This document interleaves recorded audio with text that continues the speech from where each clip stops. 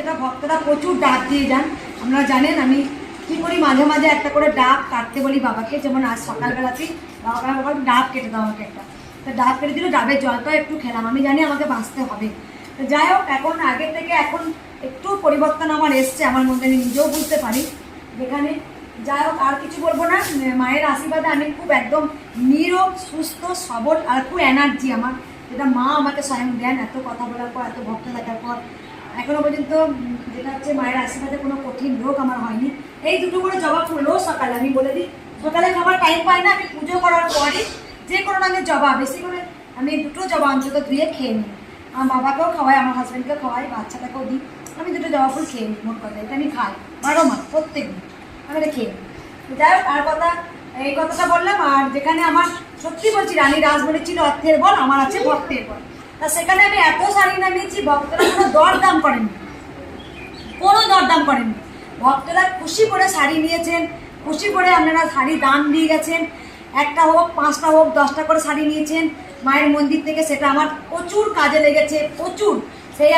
সেইখান থেকে আমি প্রচুর আমি সিমেন্ট তুলেছিলাম সেই টাকাটা দিয়ে। আমার এত বড় মায়ের মন্দির হচ্ছে, সেই মন্দির আমরা দেখলে অবাক হয়ে যাবে। মাত্র 6 মাস আমি তখন জান লাগিয়ে দিয়েছিলাম, জীবন লাগিয়ে দিয়েছিলাম। তারপরে যা হয়, আমি মরলে মরবো, বাঁচলে বাঁচাবো না বলে বেটা। তখন সেই সময় টাকাই নি কার দিকে, বাবা ছটপট করে মনে আছে। এখন ধূপকাঠি বলছে মা ইয়েতে তোমার মোমবাতিতে সলতে নাই, ওই নিয়ে যা, ওই দাম কত 50 টাকা, তাই নিয়েছে। একটা মায়ের আলতা সিঁদুর কিনবে, আমাকে বলছে পড়তে আছে, আমি তুই আলতা সিঁদুর পড়তে হচ্ছে কত নাই, 50 টাকা, তাই দিয়েছে আমাকে। তাই দিয়েছে ভক্তরা, প্রচুর সেইভাবে সাপোর্ট করছে। সেই হাতে যেটা তুলেছ সেটাই আমাকে নিয়েছে, আমাকে বলছে মঙ্গলা মা আপনি যা দেবেন তাই। এক মা মন্দির থেকে ধূপ কিনে নিয়ে গেছিল, এখন তো ধূপ টুপ কিছু রাখি না, ভক্তরা এসে দেখতে পান। ধূপ কিনে নিয়ে গেছে, সেই ধূপটা কিনে বলছে মা আমার যা কাজ হয়েছে, আমার দোকান যা উঠেছে, এসে আমাকে ধূপ চাওয়ায়। বাবা আর পয়সা দেবেন না, আপনি এমনি নিন। এখনো বলে বিশাল, ও গ্যাস দিয়েছিল মাকে ওভেন, বলছে মা সেই ধূপে আমার যা কাজ হয়েছে। এক মায়ের এতটা পা পচে গেছিল, এতটা।